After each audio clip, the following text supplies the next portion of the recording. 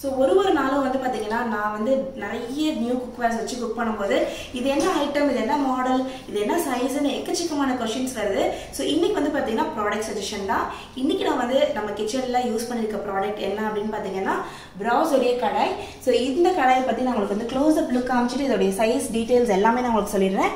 So இதுதான் நம்மளுடைய சூப்பரான பிராஸ் கடாய். இது வந்து வித் லிட்டோடயே இருக்கும். சோ இது வித் லிட்ன்றதுனால இது வந்து குக் அண்ட் சர்வ் பண்ணிக்கலாம். இதோட அவுட்டர் லுக் வந்து பாத்தீங்கன்னா ஃபுல்லாவே பிராஸ்ல இருக்கும். உள்ளுக்குள்ள வந்து பாத்தீங்கன்னா ஃபுல்லாவே ஒரு க்ளீனான ஃபினிஷ்ல ஹை குவாலிட்டி டின் வந்து இதுல வந்து கோட் பண்ணிருக்கோம். சோ அதனால நீங்க ஃபுட் சமைச்சிட்டு இமிடியேட்டா நீங்க மாத்தணும்ன்ற அவசியம் கிடையாது.